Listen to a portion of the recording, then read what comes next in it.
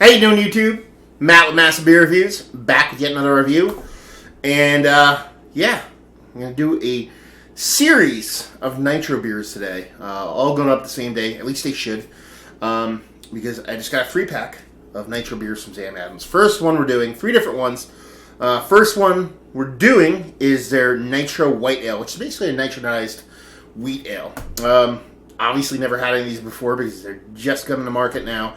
So I'm just really curious to see what it's all about, because it's like nitro beers. For those who don't have it, it's just basically more nitrogen in the beer. It's not really nitrogen and beer really don't go together. That's why they flow the way it is. Basically, when you see kind of a beer getting poured nitrogen-wise, you really don't get ahead because it's already filled with that nitrogen, and it's just basically burning off is what it's doing, or escaping the beer. And that's kind of what gives it its like super creamy body, because it's kind of, while trying to get out, still trapped in there. Anyway, I know Sam Adams has done nitrogen beers before, on draft, I believe. I don't know if they ever did anything in a can, but it's been years. It's been here and there. I mean, we're talking over the past 20 years. So, super excited to give these a whirl. Like I said, 3 of them. This is their white ale. As far as what it says in the can, it basically says wheat ale brewed with spices and spice added. And that's pretty much it. Yeah. And I say drink it. All these are just coming out of there, so they're probably less than a week old. So yeah, let's dive into it. Glass that came with it. Someone sends you a glass, you use it. That's what I say. So there you go. Pretty damn explosive. And the most funnest part about nitro beers is you really just don't need to worry about them overflowing, really, ever. Let's test this glass and see if they got it just right. A little bit of a rough pour on my end, but if I didn't if I cracked it and threw it in there immediately, it probably wouldn't have had that slight overflow on the side. But like I said, that's my fault. I have a little paper towel here just to clean up. I mean, that's the funnest part about a nitro beer. Other than them tasting good. While I try to clean, beer goes everywhere, which we're just going to lose that and just drink it. So yeah, I mean, does it look like a nitro beer? Absolutely. You're looking, it went from 4 fingers of head, now it's down to about 3. And it's just slowly doing that atypical kind of cascading nitro kind of dance, I guess you would say. I don't even know what I'd call that. Slow reforming of the beer, I guess you'd say. It's a nitro beer. So infinite creaminess. I mean, look at that. That's basically a pillow in heaven, looks like. Color-wise, looks like a wheat beer. Looks like a hazy IPA, wheat beer kind of combination. Now that head's kind of settling down, you're just about a little bit over a finger of it in there. So yeah, looks like it has a little bit of particulate in it, nothing too big. You can't really get any kind of carbonation out of it either. You know what I mean? It's a nitro beer. It's pretty much all carbonation at this point. So see if we can get a nose out of this sucker.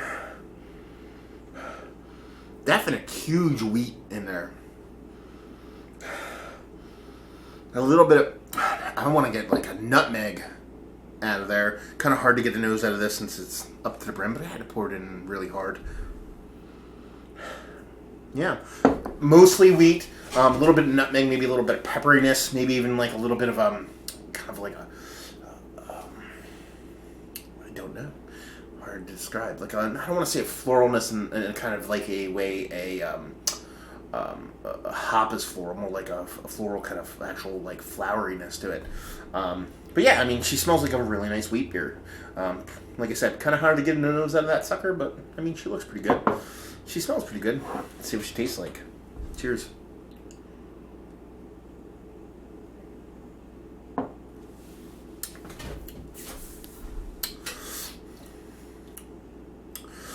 Wheat carries the day on this one. You're getting like a nice, bready, nutty kind of wheat off of this.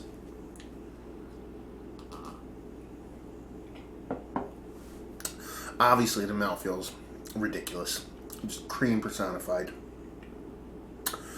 And getting a nice little bit of like a non-super sweet, non-acidic kind of orange off it, maybe a little bit. Definitely getting nutmeg out of here.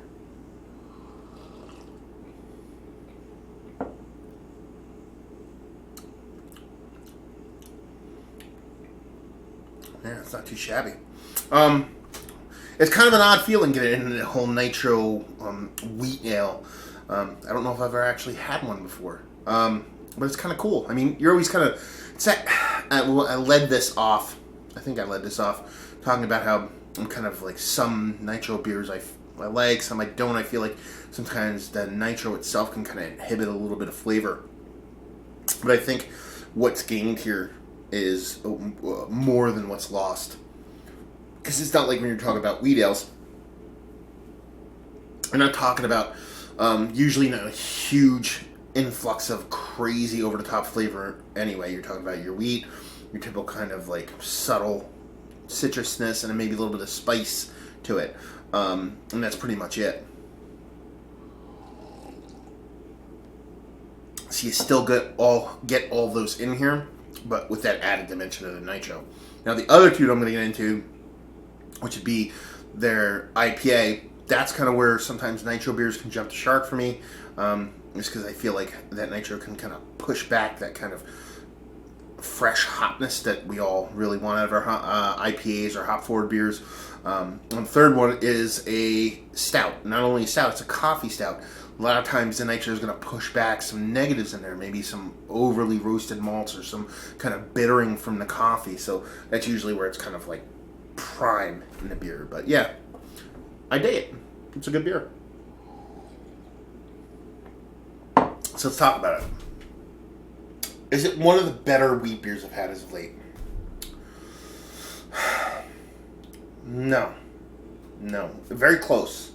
I haven't had a ton of them, but I've had some ones that are pretty, I've had some new school, twisted kind of wheat beers with a lot of like, maybe some dry hopping there, or a little bit of extra added kind of spices here and there. So I've had ones that are kind of escape the atypical norm. As a textbook wheat, is it one of the better ones I've had? Probably.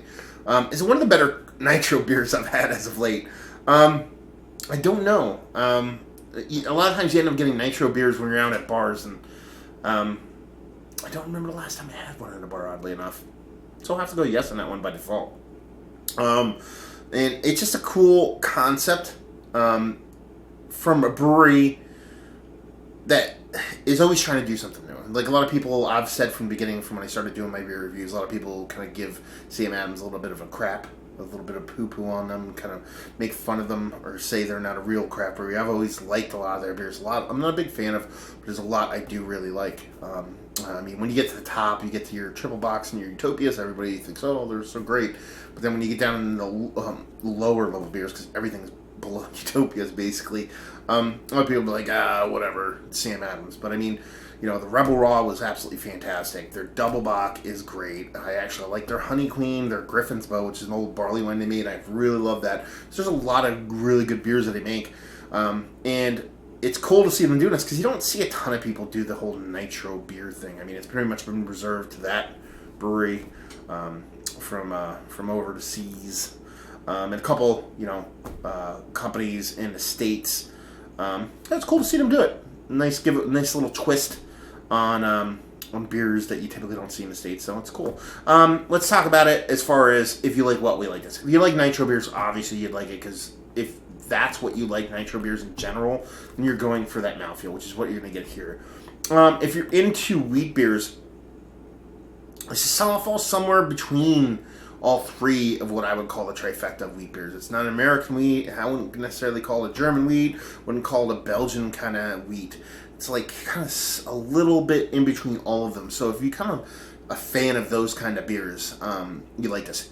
And then this is where I think it would be a sweet spot kind of beer if you're trying to get somebody into good beer. And that typically wheat beers fall in that class anyway.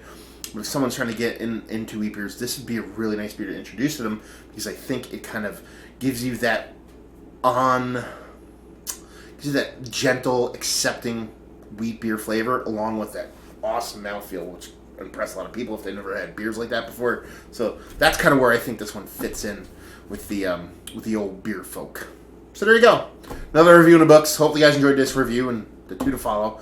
If you did or you didn't, or somewhere in between, please leave a comment in the comment section below. Like, subscribe, and all that fun stuff. If you want to check us out anywhere else on the internet, you can. Facebook, Twitter, Instagram, Untapped, Massive Beers, and all four of those places. And yeah, another review down. So hopefully you guys enjoyed the review. Hopefully enjoying a nice nitro beer right now. And hopefully see you next time. Cheers.